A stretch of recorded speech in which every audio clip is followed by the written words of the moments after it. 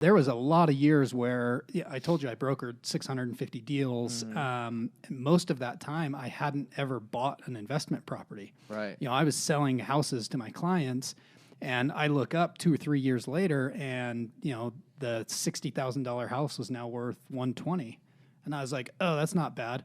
But fast forward 7 years, 8 years, and that $60,000 house that I brokered is now worth 360. Right. And the rents have grown. So as inflation happens, rent gets more expensive. Everything gets more expensive, right? But your debt payment is fixed.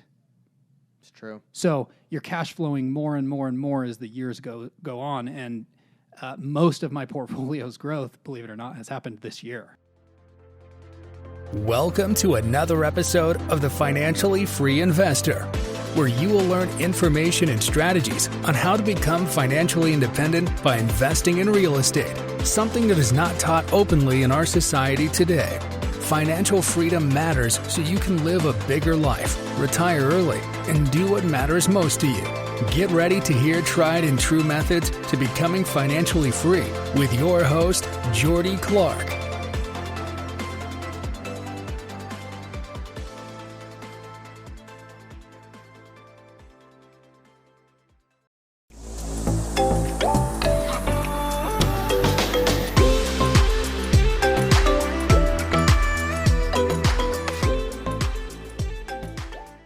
What's going on, everybody? It's Nathan Payne. What's up, guys? It's Corey Roysum. Got our buddy Jordy Clark. Jordy Clark here. That's right. And just to introduce everybody, but hey, this is the Investor Thrive podcast coming to you live from the Investor Thrive studio. And if you don't know what Investor Thrive is, it's a business dedicated to helping real estate professionals in their personal lives and in their businesses. So check out investorthrive.com, but that's who is sponsoring this podcast. So check it out, everybody. Yeah. What's up? So we got Jordy here. Jordy actually bought one of our very first deals we did. What was that? That was a couple of years 4 ago. years ago. Yeah. It was like three and a half Almost or something like 4 that. years ago now. Because it was like December 2018. Yep. Yeah. Dang. So, Bought one of our first deals. man, good times back in the day Yeah. when we were fresh. And you were flipping a ton of homes back then, and you've just been growing ever since, huh? How long, Yeah, How long were you flipping at that time? That was actually probably my 4th or 5th flip. So Oh. just getting going. Getting going with us. Yeah. That's awesome. We kind of figured it out together. That's Yeah. true. So before we kind of get into, the stories of like our first deal and like the info, Corey, I guess what are we going to talk about today with Jordy? Like, what's an overview? Yeah, so we just want to talk about kind of his background, get to know Jordy a little bit, talk about his deals, what he's doing right now, what his strategies are, what his real estate goals are. Those are kind of the main things we want to go over. Yeah, because the audience right here is the wholesalers, right? So we want to provide value to them. What can wholesalers do to help cash buyers, guys like you that invest? How can we provide you value, right? So as you tell us what you need, hopefully, everyone can go out and learn how we can help, investors like yourself. So let's dive into the first deal we did with you. Cool. Is it cool if I give a little brief bio just to kind of Yeah. give context so Yeah, people know? go ahead, man. Cool. So I've been a real estate agent for about 8 years now here in Salt Lake City, Utah. I've brokered over 650 deals. It's about $350 million in real estate just as an agent. You better slow down, dude. I started flipping very heavily when we first met about 3 years ago. Up until then, I had done 3 or 4 flips. Right now, I have a company that flips about a home a month.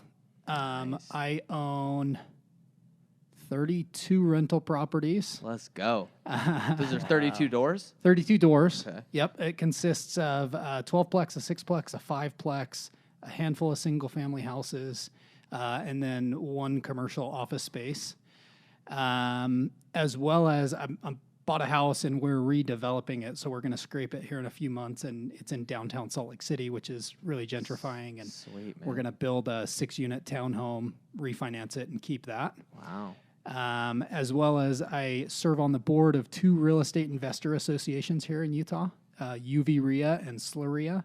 So I help run those, and everyone that kind of catches the Financial Freedom, Real Estate Bug. I'm helping run those organizations as part of my give back. Yeah.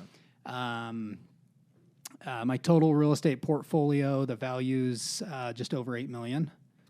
Awesome. So it's pretty Feels cool. good, Going up doesn't from it? there. Feels great, man. Does all that debt worry you or not at all? Oh, not at all. Not at all. No. Not from your posts that you do on Facebook. You're like, hey, debt is good, baby. Debt is great, especially when I don't have to pay for it, Yeah. right? And other people are paying it down while the properties are going up in value. I mean, I think across the nation this year, we saw huge appreciation. I know here in Utah, we saw 28% year over year appreciation. Unreal. Insane. So, So you've been doing good. great to ride that wave. Yep. And I mean, everywhere saw appreciation, right? Really what I think we're seeing is just a devalue in the dollar because there's more dollars out there. I read somewhere, I think it's 40% of all our money supply was printed last year. Wow. Right. That's So scary, dude. that's why we're scary. seeing used cars go up in value, right? That's why we're seeing everything get more expensive. I was just on the phone with my plumber and he's telling me everything's more Charging you expensive. more.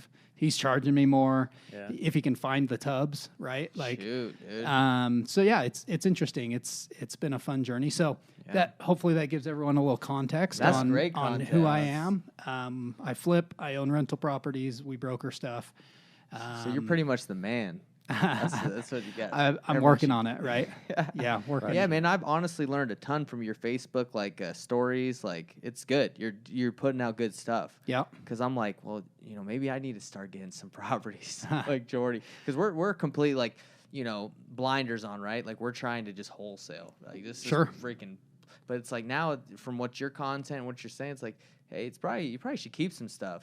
There was a lot of years where I told you I brokered 650 deals. And most of that time, I hadn't ever bought an investment property. Right. I was selling houses to my clients, and I look up 2 or 3 years later, and the $60,000 house was now worth $120, and I was like, oh, that's not bad. But fast forward 7 years, 8 years, and that $60,000 house that I brokered is now worth $360. Right. Right. And the rents have grown. So as inflation happens, rent gets more expensive. Everything gets more expensive, right? But your debt payment is fixed. It's true. So you're cash flowing more and more and more as the years go on. And most of my portfolio's growth, believe it or not, has happened this year. Yeah. Right. Yeah. Because all of a sudden I've got equity from these properties and I'm like, hey, rather than sell it, let's refinance, pull some cash out, go buy more, or we take a look at it. If we don't like a property, like I had a short-term rental down in Moab, Utah, a couple national parks there, a lot of traffic, did really well on nightly rents, but we decided to sell it and reposition our equity and go buy some apartment complexes. Well, dang, dude. Because I would think of that investment as like a great investment, but you even put it into something better. You're saying like you took the Moab one and positioned it somewhere. That's the goal. Because we paid $465 for it, and I guess the transaction's closed now, so I can talk about it. Let's go. We just sold it for $750, and we held it 18 months. That's amazing. Wow, dude. almost So almost doubled. almost double, and it cash flowed. Our gross rents were close to $80,000 a year on it. Dang, dude. Wow. So I mean, insane. for you, so you got 32 doors, and I think when we first started doing this, I went to like one of your events, and it had like you. I think who was the guy he's that dude with the hair. I don't know how to describe him, but he's a mortgage guy. Oh yeah, it's probably my buddy Matt Atkinson. Matt Atkinson. Yep. So you guys were talking about like, okay, this is the pathway to wealth. That was like 3 years ago. Yeah. So you've just gone and freaking done that, Yep. right? Yeah. Okay, that's been your strategy. Yep. And it's been working. So far. I love it. Let me ask you this: does your real estate investment portfolio make more than you do as a broker now? By far. By far. Yep. It's awesome. So your active income is now your passive is your goal is to get your passive right, like doing way better than your active income. Is that the right way to word it? That's definitely one way to look at it. I kind of look at it like I enjoy what I do.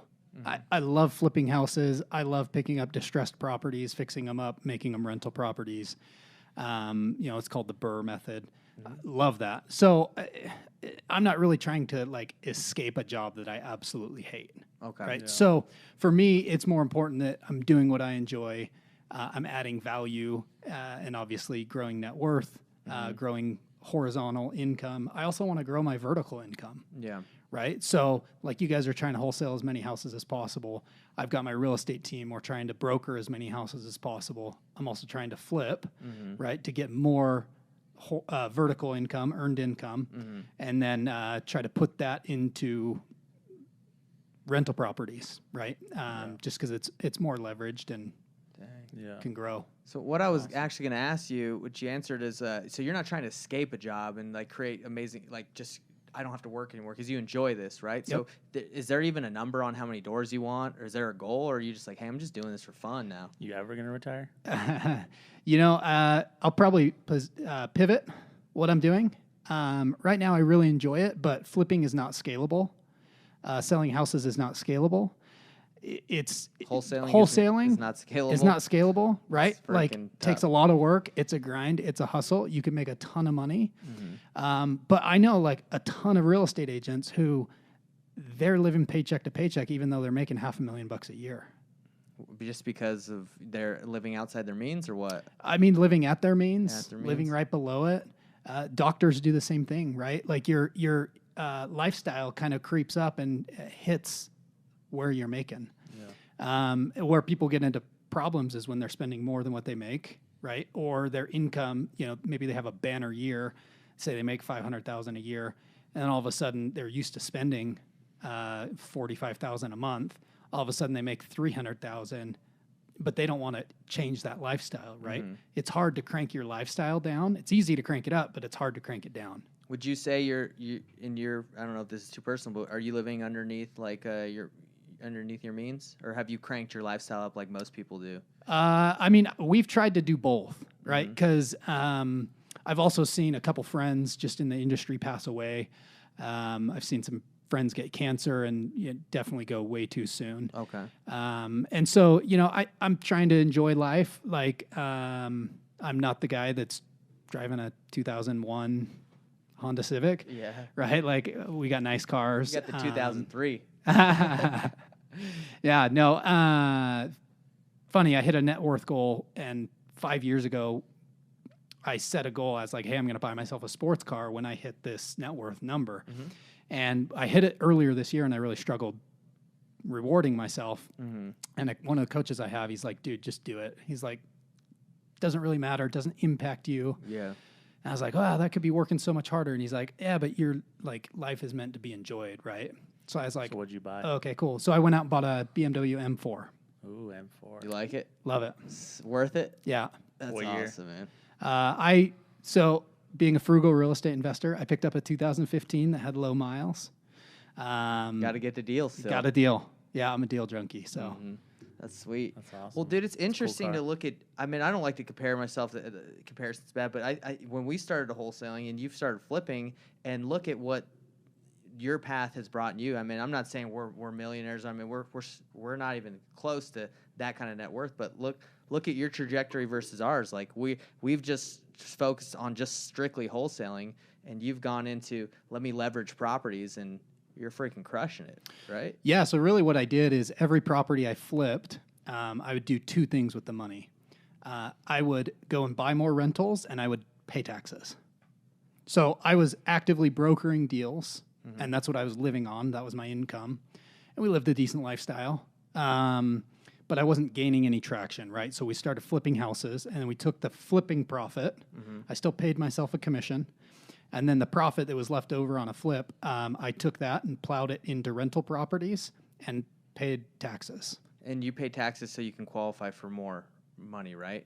You didn't write off. You have to pay taxes. Well, you mean? Well, you don't have to pay taxes. Did you write off like a ton of stuff, or you mean you pay taxes by you didn't do a lot of write-offs? Previously, I had written off as much as I could so that now- I didn't have to pay taxes. But now, I still write off as much as I can. okay, you still do it. Yep. However, my income is still enough to qualify for mortgages. Okay.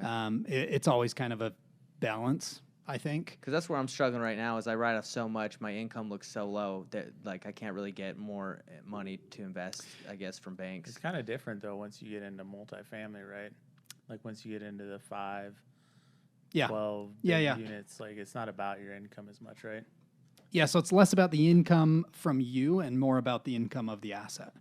Yeah. So on multifamily, just to digress just a little bit, what they do is they'll take the gross income of the property and they'll take the operating expenses out, and that leaves you your net operating income, your NOI, right? And then they'll take, basically they've got a number, debt service coverage ratio, DSCR, or debt coverage ratio, and usually it's 1.2, 1.25. So basically, they want to make sure that your net operating income is 125% of the debt payments, right? So they're saying, hey, after all the expenses, we want to make sure that this property cash flows, and it's So you would make 25% essentially. essentially. So where are you finding those kind of good deals? Because that's got to be a good deal, right?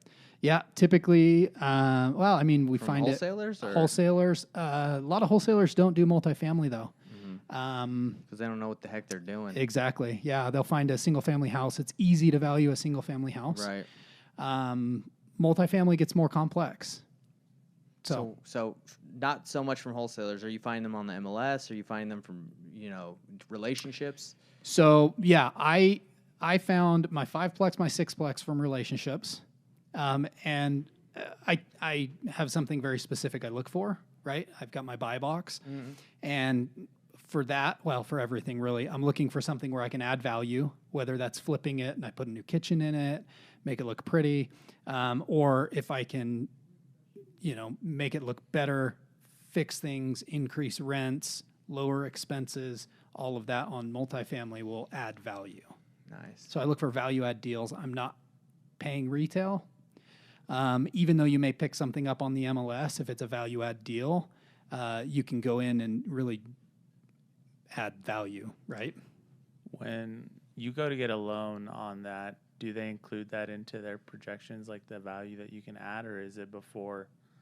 Is it based off like your projected net income, or is it based off like actual current net income? So they can do both. Commercial banks get it. They've got a ton of different loan products out there. So I just bought a 12 unit. And Where at, by the way? in South Ogden, right by Weber State University. So like a Class B area. It's like a 1960s vintage building, townhouse style. I think I saw that on your Facebook. Yeah, it was on the MLS. I found it on the MLS. Wow. So it was a little overpriced, but we locked it up and Nah. Did you get it down later? Or? yeah. Okay. Yeah, we were able to work something out Due with it. diligence. Yeah, you went in and said, "Hey, this place sucks. Let me get a deal." Okay. Well, that's awesome, man. Well, dude, you've already given us like tons of info. I've always wanted to get into getting properties, right? But like, to be real, running a wholesale business is a freaking monster. Like, it's crazy. Yep. You gotta get your marketing on point. So to venture off and do wholesaling, but also keep properties. I mean, we've had to spend most of our money to keep the wholesaling business alive. Like you make $50,000, you got to spend like 20 to 30 just to pay off the overhead and then the marketing expenses, and you don't have much left to reinvest. So I guess, did that happen a lot to you? Like where you? Yeah, it totally did. Because if you remember, I was selling real estate forever. Well, really 4 years, and I wasn't gaining any traction. It was literally like- just like us? I was spending everything I was making in the business, right? Because we were trying to find leads. We were trying to find motivated buyers, motivated sellers, just like you guys find motivated sellers, just on the agency side versus wholesaling. And what happens is you have a good commission, you have a good wholesale, and you splurge a little bit, but then you also have to pay for more marketing. You have to pay to keep the business running, right?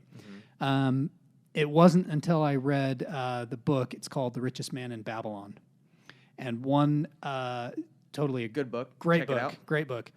In the book, it basically says you have to pay yourself first, right? So I started paying myself 10% of my commissions. Right. And I realized, like, holy cow, if I just take 10% off the top, I now don't have enough to live my life and run my business. So I had to find a way to juice it more so that I had more income so that I could go out and buy more rental properties, right? Right. And at first it was super slow because then all of a sudden I started this house flipping business that's very capital intensive. You know, you got to put a down payment, you got to put the rehab in, and then you're waiting to sell it, right? You get it, you get a big chunk of change back again, but then you got to go find another deal. So it's almost like you have to hop on the treadmill and run for a little bit longer, starting a new business. But I always kind of kept it in the back of my mind, like I need to buy rental properties, because when I buy a rental property, just for easy numbers, I buy $100,000 house. I put 20% down, right? I stick a tenant in there. And let's just say, for just easy math, I don't make any money every month. Every dollar in cash flow I make goes to repair the property, right? But the loan's getting paid down, right? And hopefully I've bought in an area that is going up in value. Which in Utah, that's pretty much everywhere. Yeah. In this area. Yeah. But there's a lot, right? Like since COVID hit, the nation is just like everyone's moving around, right? Yeah. So like some areas are losing people.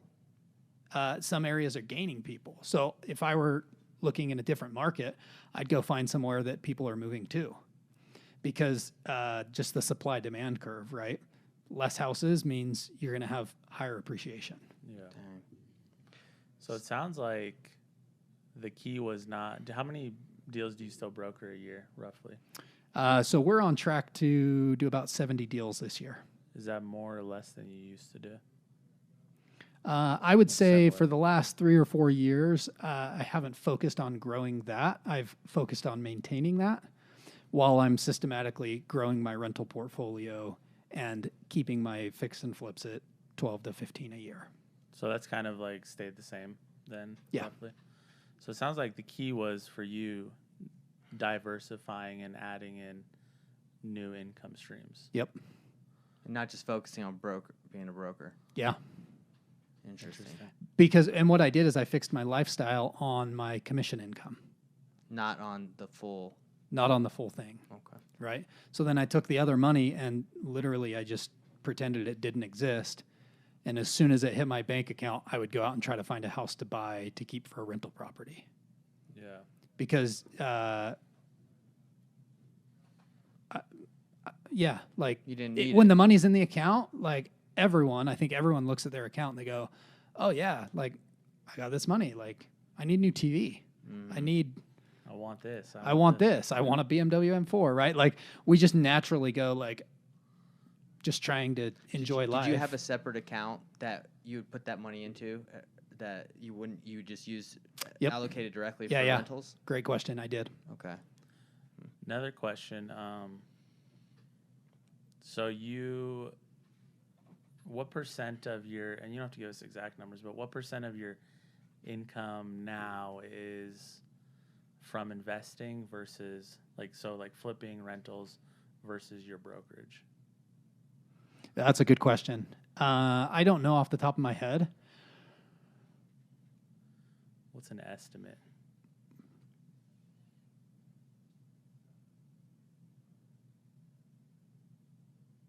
How about you ask me another question and I'll look it up Yeah. and I'll let you know.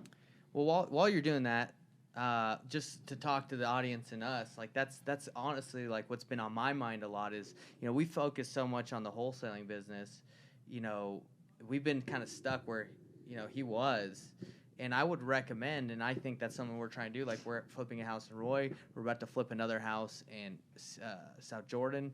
We're trying to kind of do what you're doing. Like I used to be a little afraid of keeping stuff and having debt, but now I'm like, I don't care. It's like something's clicked in me where I'm like, I need to keep some stuff, and we need to start getting some rentals. Like I rent out my basement, and I have a rental in South Salt Lake, and that's 2, right? 2 doors, big deal. You got to start somewhere, man. Got to start somewhere, right? Don't knock yourself. Yeah, I'm not. Right? Like, yeah, I think the right. problem with our society is, and I'll totally let you get back to this, but we compare our blooper reel to other people's highlight reels. Right? That's true. Like we look on social media and see what everyone else is doing. We're like, holy cow, like I suck. I'm not doing enough. I'm It's not true, doing dude. this. So-and-so's doing this, but I'm not doing this. Right? Like, and we don't take enough time to go, hey, where have I come from? Where am I going? right? And Right. then just stay on our path, right? So, like, stay in your lane. If you want to flip houses, go flip houses. If you want to wholesale houses, just become world class at it. Figure out how to automate it, get your expenses as low as possible and your income as high as possible, right? Right. Live on a reasonable amount and then invest the difference, because you'll look up in 5-10 years and all of a sudden you're just completely different. Yeah. Do you mess with stocks or stocks at all, or is it just straight? I real don't mess estate? with bonds. Nobody messes with bonds. Yeah. Do you mess with stocks at all, or is it just straight real estate? I mean, I've got some exposure as my net worth grows, and so I'm a part of a mastermind called GoBundance. It's a tribe for healthy, wealthy men that want to just live an epic life. And there's a lot of guys in there that just totally different backgrounds. So I do have some exposure to stocks. The brokerage that I'm a part of, I get stock options as part of my comp package. And then I've just got some here or there. I don't really have any crypto. I don't really have anything else.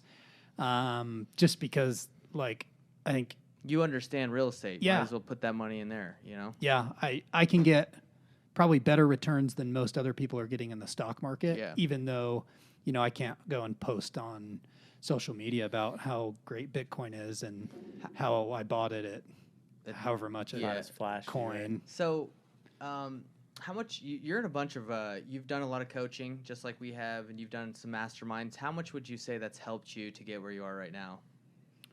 Well, I mean, I wouldn't be here without being in those coaching programs and learning. I think we as a society get so stuck in, hey, you have to sit in this desk for 12 years and go through elementary school, middle school, high school, right? And then you have to go to college and sit down, and this is what we're going to teach you.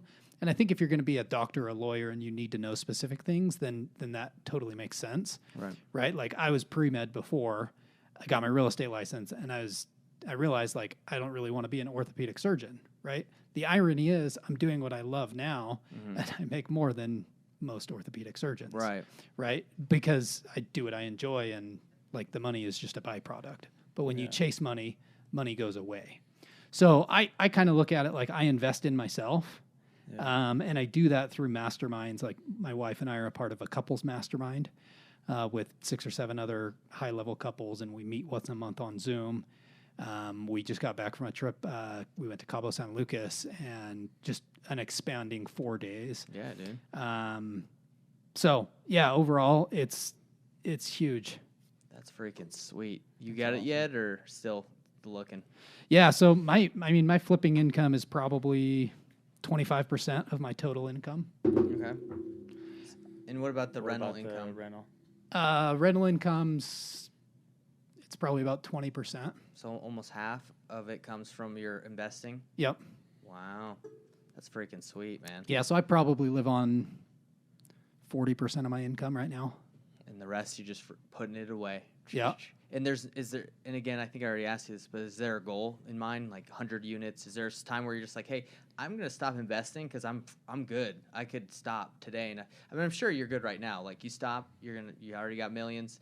You don't need to invest anymore. Is there a time where you're just like, I'm just spending all my money? So right now our passive income is about 80% of what our annual spend is. So I'm almost financially free. Okay. So if we cranked back our lifestyle, or Up to the investments. yeah, like if we could do either, right? Then we could technically be financially free, but I'm good where our lifestyle is at. We definitely have to be careful not to let it continue to crank up, right? What cranks it up, by the way? Bigger house, more. What cranks? Like, everyone says, hey, you adjust the lifestyle, right? Like, you make more. Like, Yeah. What is that? What's that big stuff? Like trips? Is it? It's everything. Food? It's everything. Yeah, What like causes it? like if you start ordering DoorDash every single day, all of a sudden you got a $1,500 a month DoorDash bill, Gotcha. and like that increases your When you used to be okay with just eating at like the top house. ramen, Yeah. right? Like, I love ramen. Mm-hmm. No, we all do. You know? It's that good chicken, the chicken flavor. So Beef. it's everything, right? Okay. Like, you It increase, all adds up. you get a bigger house, then all of a sudden all your neighbors have a boat, right? And you're like, oh crap, I need a boat, I need a boat. right? Like, or a side by side, or Mm-hmm. you know, like, you move into a different neighborhood, and all of a sudden everyone's got sports cars, and you're like, oh, I need a sports car. Got it. Right? It's keeping up with the Joneses, you know? Yeah, part of that. Yeah, just seeing everybody. I got it. Yeah. I mean, hey, makes sense. You know, everyone's got the boat. You want the boat too. Yeah. Yeah, You got a boat, right? I don't have a boat. You getting one? Not getting one. Okay. Not yet. Nice. So we've gone pretty.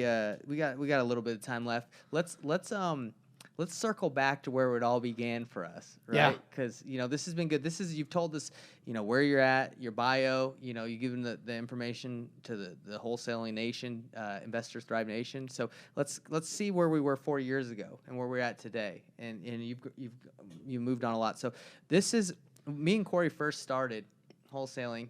4 years ago, was it?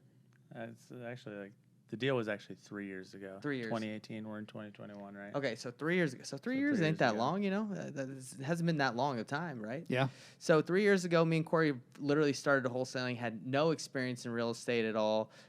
He had some, I didn't have Very any. little, but And we didn't have any money, so what we did is we went knocking in Sandy. And I knocked on this door, and this guy came out, and he looked pretty grungy, like he was on drugs, like meth. And I said, hey, my name's Nathan. We're looking to buy houses in the area. Are you interested? He's like, I don't live here. My grandma lives here. Here's her. She's thinking about selling. So I said, can I have her number? He gives me her number. I call her. Corey goes on an appointment with her and locks her up just because she was ready to go at 2:15. And you got that deal. I think we gave it to you to 205 eventually, or 204. But we had originally locked it up at 215. And then me and Corey looked at the comps again, and we were like, I think we locked it up too high.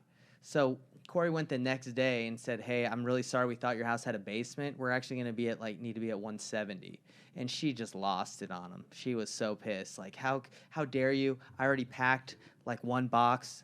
This was a day. Yeah. This was a day after. she had done a bunch of work. She was Yeah. so mad. She's like, I already packed a box.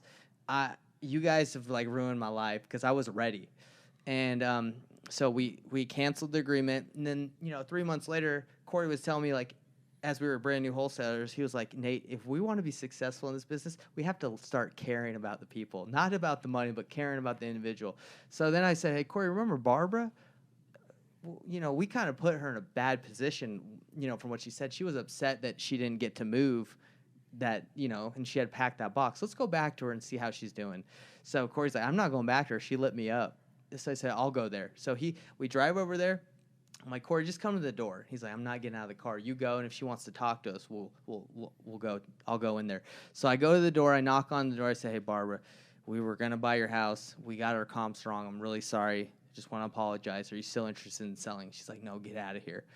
So I with my head down, I walk back to the car, and then she as I'm about to get in the car, she comes out the door, and I just see a hand waving me over. I'm like, oh no, she's about to light me up.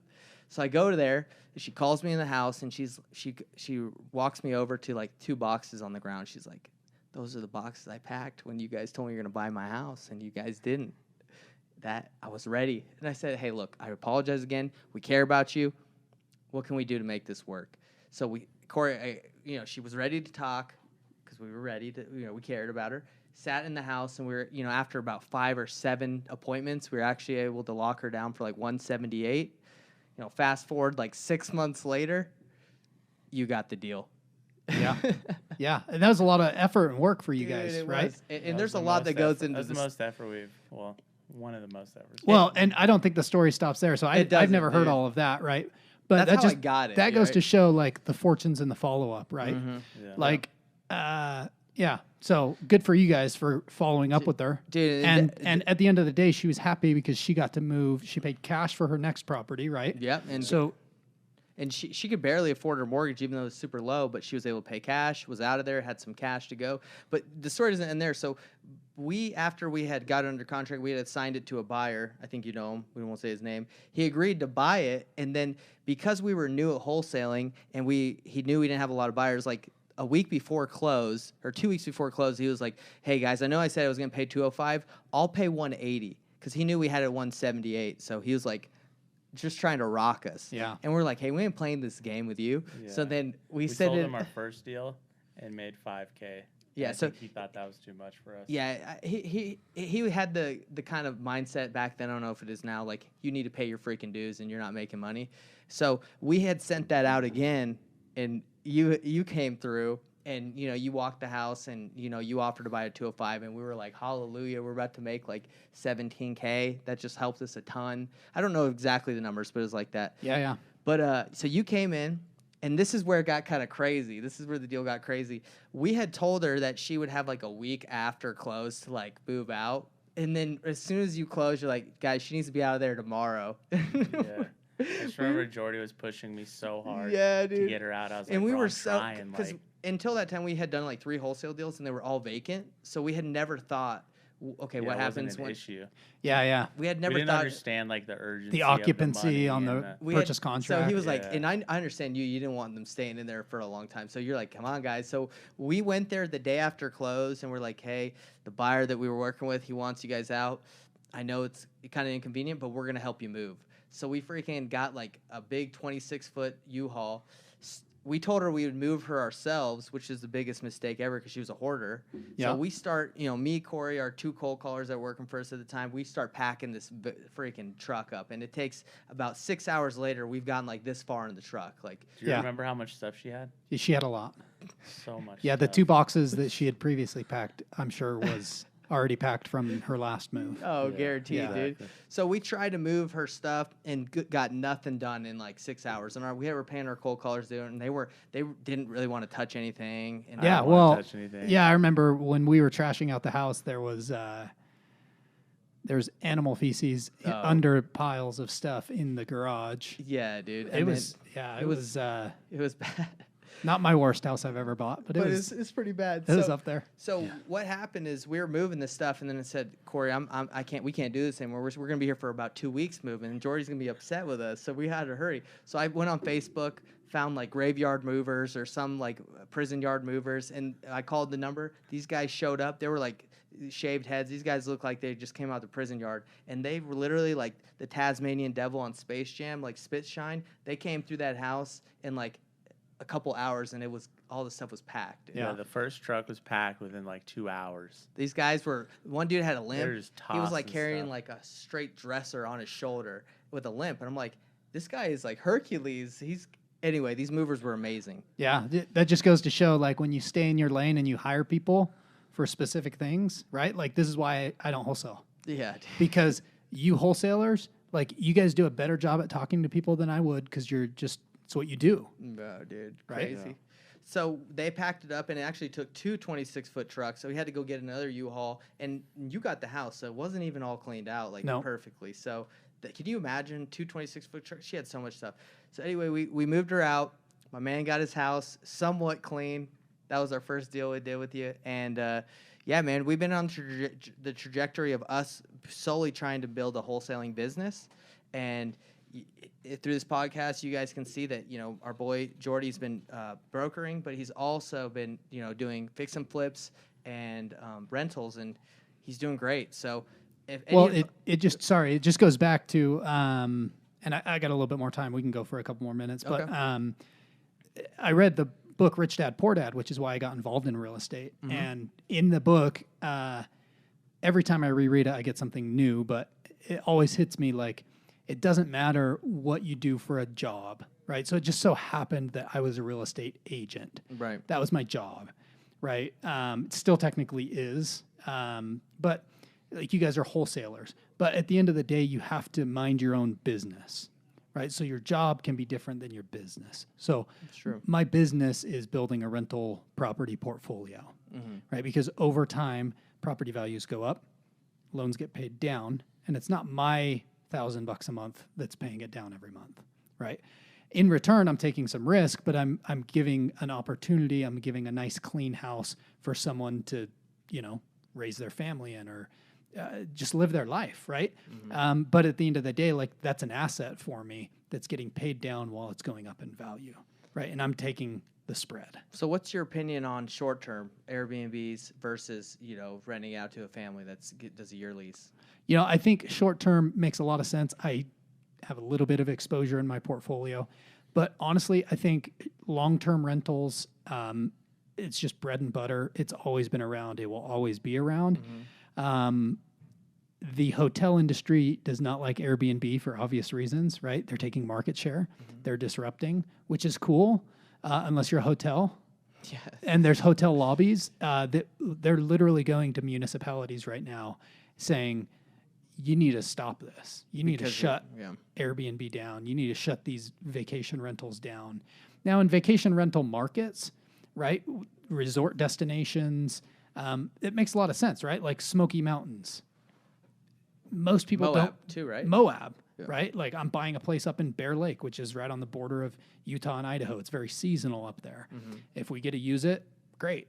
But we're going to rent it out. And there's extra headache that happens with nightly rentals because you got to deal with higher turnover. You got to pay somebody to clean it, and you got to make sure that they're cleaning it good. Otherwise, you're going to get bad reviews. And if you get bad reviews, like it's a negative spiral. With long-term rentals, really it's very front-loaded. All your work is done up front. So I just make sure that, well, I don't anymore. I have a property manager, but basically they make sure that, credit score is okay. We're not looking for perfection, just a history of people being responsible, right? We don't want people who don't pay because that's not a win-win. We're looking for a win-win. So if we can provide a good housing situation for somebody, whether that be an apartment, a single-family home, whatever it is, over the long term, like that's all I really care about. Because at the end of the day, like none of what we accumulate here materially matters, right? We all die. We can't take any of this with us. As much as, it pains me, I can't take a Ferrari with me when I pass away. What I can take with me, my family, my memories. Eternal family. My life. Yeah. Like it's just, that's what you take with you. Yeah. Right. Is all your experiences. So that's way more important to me than material stuff. Right. And at the end of the day, like, I just believe housing is one of those needs. Yeah. And you're playing the game, right? Life is a game. You're playing it and you're just deciding to do what makes good return. I'm playing real life Monopoly. That's a love it. Yeah. Well, what would your suggestion be for guys like us, or I would say 90% of the people that are going to watch this that are brand new to wholesaling? What would you recommend for us and them to get into, rentals? Yeah. So, I mean, this is always the tricky part, right? I was driving down the road with one of the agents on my team, and I was like, oh, dude, I remember, like, I could have bought that house. I could have bought that house. I sold that house, right? Like, I was going down this, and he's like, so, right? Like, yeah, you had to sell some, but you've got what you got now. Like, just grow it. And so, I mean, I would say you guys got to keep in mind, like, whether you're wholesaling because you just are sick of a job or you're trying to build a business, at the end of the day, there's multiple things you need to do to grow your wealth. And it's not just all about earned income, right? Rentals can be a great way for you to build wealth slowly because it's not get rich quick. It can be if you're very leveraged, which again, I like debt, especially debt that I don't have to pay back. But if you look at how our whole system is built, the Federal Reserve, which is different than the federal government, is inflating their debt away. So they're devaluing the dollar, making the trillions and trillions and trillions that they keep borrowing worth less. Right. So if you have money just sitting in a bank account, it literally is worth less in a month versus now. Right. And we're seeing it right now. It's November 2021, where, you have to pay more for milk, you have to pay more for eggs, you have to pay more for gas. And it's not just supply chain issues. Like, everything is getting more expensive. So real estate is a great way to hedge inflation. And everyone, if you're wholesaling, if you're a flipper, like, we should all be minding our own business and buying rental real estate. So whether that's, instead of wholesaling 5 houses a month, you wholesale 4 and keep 1, right? And then maybe, you're trying to live off of 50% of your income, and then you reinvest some back into the business. And if you kind of grow everything simultaneously like that, I think you can have exponential growth. versus like just trying to move everything possible. Would you recommend starting a separate LLC? Like, for example, me and Corey, we own our LLC, Utah Home Acquisitions. That is our wholesaling business. Yep. Would you recommend starting a separate LLC to own the rentals, or would you put it all in one? So that's a great question. Your audience base is nationwide. So I'm going to say consult with an asset protection attorney in your state. So I can tell you what I've done. We'll probably just do in Utah, by the way. We'll probably just keep stuff in Utah. Yeah. So for me, my LLC that I earn my income in is different than what I flip in. Okay. And then I have different LLCs for my properties. So I have a series LLC, which holds a bunch of different properties. And you can create sub companies. I won't get into this. Like, you guys can research series LLCs if you want, but I've got a series LLC that owns some rental properties. I own a couple of properties with some partners, and we obviously have a different LLC set up for that because it's a different ownership structure. So I think I've got like 13 or 14 LLCs total. That's sick, dude. I love it, man. I'm honestly, that's something that really pumps me up because, I mean, our wholesaling is cool, right? And if you can create a monster that's just doing like 10, 20 deals a month, then that's great. But it's, you're kind of stuck if you're doing like 1 to 10. It's just like very marketing heavy and it's very expensive. And unless you can break out of there, you're kind of, the goal is to break out of that and just do more, or you're just kind of, or you're not making enough to really make a difference. Yeah. Or you got to do it a different way, right? Like when you guys were door knocking, that's more cost effective than mailing. But not really scalable, right? Not scalable, right? It's all based on time. So, right. But you got to kind of do a little bit of everything, right? So, I mean, if you're driving for dollars, why not stop and knock on a few doors that look really distressed? Yeah. And then those people have a face to put to the name when you send them postcards versus just being one of the 15 postcards from everyone else that's driving for dollars. Yeah. And then when you skip trace that number, so I think if you layer it as a wholesaler and, you go drive for dollars, market to them, so you're sending them mailers, but then you skip trace it and you say, hey, we just sent you a mailer, time it so that, it's a day or two after they get it or the same day. And then you actually physically go knock on some of those doors. I would be willing to bet that you can drive your cost per lead way down and your cost per deal down just by optimizing what you already have. Yeah, no, you're right. Like I was on another call today with a wholesaler who basically sends out mail, and then the return mail that doesn't get delivered, he'll actually take the time to individually call that person or research if they're deceased, and then he'll call their relatives, and he gets more deals from his return mail but that's the further step that a lot of people don't want to do, right? Or what you're saying is drive for dollars. Do we want to drive for dollars personally when we can pull a list from PropStream and just blanket everybody with a cold call or a text? Not really, but it's that stuff you're saying that drives the cost down. Yeah. So. Well, but that's where you get more margin in life to go and build what I've built, right? Because I could have very easily said, hey, I'm going to stop being an agent and I'm just going to live off my flipping income, right? Instead, I said, hey, I'm going to do the hard thing, which is I'm going to keep grinding at my day job while also my side hustle is flipping homes. And then I take those profits from my home flips and I go and buy rental properties, which is my long-term exit strategy, right? Like that's more complicated than just, oh yeah, cool. I flipped this house, made a couple bucks. I'm going to live on it. Yeah. Now I got a couple more questions. Is the BRRRR method, are most of those through a hard money loan that you get and then you BRRRR out of it? Or is it like you conventionally, you get a conventional loan and then you... Well, I guess couple different ways. So you're right. You're right. Yeah. I would say the best way to do it is when you guys are sitting as wholesalers, and this is a great tip too, just moving more deals. When you're sitting with a seller across the table, give them 2 offers. Say, hey, this is my cash offer. Hey, at the same time, I can close the same day on what's called an installment sale, right? On an installment sale, you're basically going to become the bank and you pitch seller financing in a way that's not don't use the word seller financing.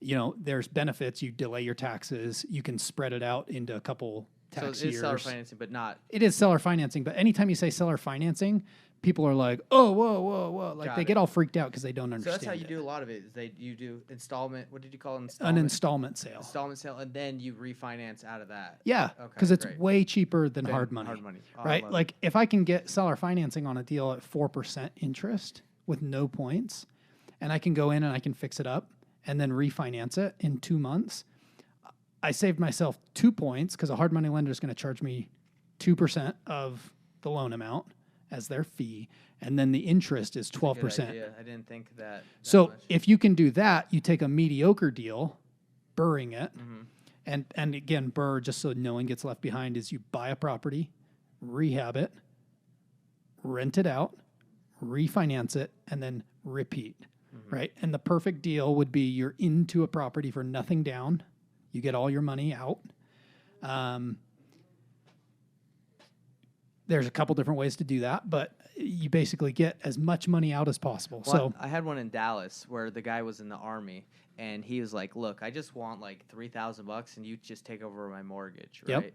So I was willing to do that, but it was a little tight on the rent. His mortgage was like $1,400, and the rent was like $1,700.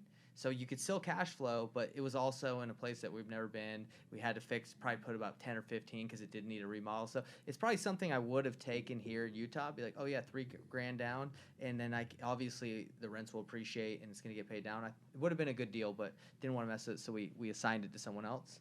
But that's where you find them, right? You find people that just, hey, I don't have a lot of equity, my house needs a little bit of work, or maybe doesn't need any work, but they're just willing to let you take over their mortgage payment. yeah. Yeah. Cool. So, and as a wholesaler, right, you can probably make bigger wholesale fees off of seller financing. Because if I don't have to go pay a hard money lender, the price that I, as a landlord, can pay just went up, right? Yeah. Because now I don't have to pay, so let's call it a $300,000 house. I don't have to pay $6,000 to a hard money lender. So you guys as wholesalers can make a little bit more, right? Which we all want to make more money. Yeah, Yeah. that's true. Last question, then we'll let you go. Multifamily or single family? What's your focus now? Both. Both. Why Yeah. both? Yeah. So a couple of reasons. I like multifamily. For where I'm at now, it's way easier for me to finance multifamily than it is single family. Just purely because I'm almost maxed out on my Fannie Mae, Freddie Mac loans. When does that max out, by the way? Like 10 loans. Okay. Yep. We're going to start putting some in my wife's name, but for now, my credit's pretty tapped out as far as number of mortgages I can get. But single family deals are way easier to come by, right? Because we all just go about life and have life happen to us. There's death, divorce, like a lot of stuff happens. People move. So people traditionally will buy a single family house for themselves. And then if something happens and it's a distressed sale, it's easier to find distressed sales in single family houses. One, because there's more of them. And two, just because buyer or owners are usually a little bit less sophisticated. Like the owner of a 12-plex, the only reason they're going to have a distressed sale is if there's a financial need or if they have a better opportunity that they're willing to take a discount for. Yeah. So I like single family because they're easy to transact. They're easy to find deals. I like multifamily because there's better tax benefits because I can go and do a cost segregation study and accelerate depreciation, which saves me money on taxes today. And then eventually we'll have to deal with it in the future. But if I can grow my money more now with less in taxes, then compound growth will take over, right? So you real quick. So you said you're leveraged, not leveraged, but you've maxed out almost with 10, and you're going to start doing your wife's name. Is it worth it for you to reach out to like not me specifically, but someone who has the income and that can get 10, and you just 50-50 it, or you partner on the deal? You know what I'm saying? Like, Yeah. are you planning on doing that, or is that worth it to you? It would depend. So for me, I'm pretty strategic about my partners that I pick. Just because like when you get to a certain point, so when we all start out in real estate, if you have no money, but a lot of time, like you want to do every deal possible, right? The more you start doing, the more you realize like, hey, I don't really want to own that type of house, right? Like I was under contract on a triplex for $250. We went and walked through it, and like just talking to the tenants in our due diligence period, I was like, man, I'm going to have like bad dreams. I'm going to wake up in the middle of the night and be like, oh crap, are these guys burning my house down? Yeah. Like, it's just not a tenant base that I want to deal with. Got right. it. Was it the location or just the specific tenants? Both. Oh, okay. Like the Where was the deal location at? would not have attracted the type of tenants that I want. Where was that? It was in Ogden. Oh, okay. Yeah, I had one in Layton that I was looking at. I think I sent it to you, and it was like, it was just a ton of fourplexes in that area, so it was just kind of a trashy area for like lower rent. I mean, when you hear fourplex, you're like, oh, cool, you know, but it was kind of like that too. Yeah, I mean, what you buy, you have to sell, right? So as a rental property investor, I used to be like all over any deal. Like if it was a deal, I'd buy it. I've gotten a little bit more picky now just because I'm like, hey, like my time is finite. There's only so much I can do. So I'm looking for very specific deals. So At some point, you'll have to sell it too. at some point you'll have to sell it. And then you have to deal with like weird houses, guys, attract weird people, right? Like Yeah. it's just, I mean, you would know more than we do because you deal with the, you know, I guess that you're selling it. You're a broker, right? So you deal with those. We're dealing with the weird people pretty much all the time. So wouldn't it be better just instead of going and getting a partner to use their 10? Wouldn't it be better just to do like a commercial loan? yeah, you could Then certainly do You that. pay a little more interest, but you wouldn't be splitting the profit 50-50. Yeah, I mean, so you guys know who the real estate guys are? They're called the real estate. The guys? real estate guys. Maybe. Russell Gray is one of the guys. They also do a podcast. Yeah. Is it as good as this one? He says, how about you guys just have something different to offer the world than they do? Yeah. Right? I wouldn't say it's any better or any worse. Your content's different. Their content's was different. just fun. Yeah. No, I'm just saying, like, Maybe we you can wear guys, funky hats no, or yeah, you something. guys have something different to offer the world than Yeah. I do. Yeah. Right? Yeah. So, like, good for you guys. Go do that. Yeah. But getting back to it, I think if two partners have the same strength, one of them is not needed, right? And Russ Right, Gray yeah. from the real estate guys said that. So like on the 12plex I bought, I have a partner, but his strengths are totally different than mine. Right. But we get along really well, but we both enjoy doing different tasks related to real estate ownership, but we enjoy a lot of the same physical activities, right? So we ski together, we mountain bike together, like we got kids about the same age. So like it's a good fit that side, but then it's also a good fit because we do different things in the business, Got it. Yeah. right? So I don't think like the question is partner, no partner. I would say it's more about find the right person if you're going to find a partner. Okay, makes sense. Well, dang, bro, you've given us a yeah. lot of juice on this episode. Yeah, we I appreciate love it, man. And That's we did good. go a little bit longer than we thought, but I think it's been great. And, you know, you're welcome if you want to post this wherever you want. It's going to be on YouTube. Yeah. You can share it, Investor Thrive Nation. I hope you guys had a good time learning. And, you know, let's get some rentals. And I guess, would they be able to reach out to you if they want, you know, some advice or? Yeah. So probably the easiest way to get a hold of me is Instagram or Facebook. So Jordy Clark on Facebook. Do you mind if we share that on you can definitely description? Yeah, you can definitely put it on there. And then my Instagram handles at Jordy Clark _RE, like real estate.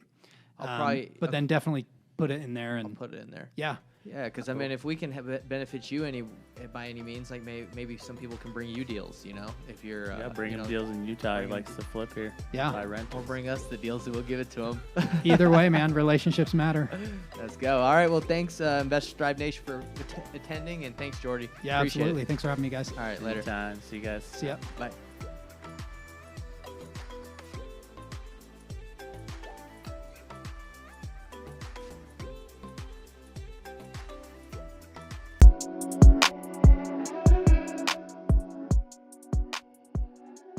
Thank you for joining me for another episode of The Financially Free Investor. If you found value in this episode or know someone who would find value in this information, please share with them, subscribe, and send us a review.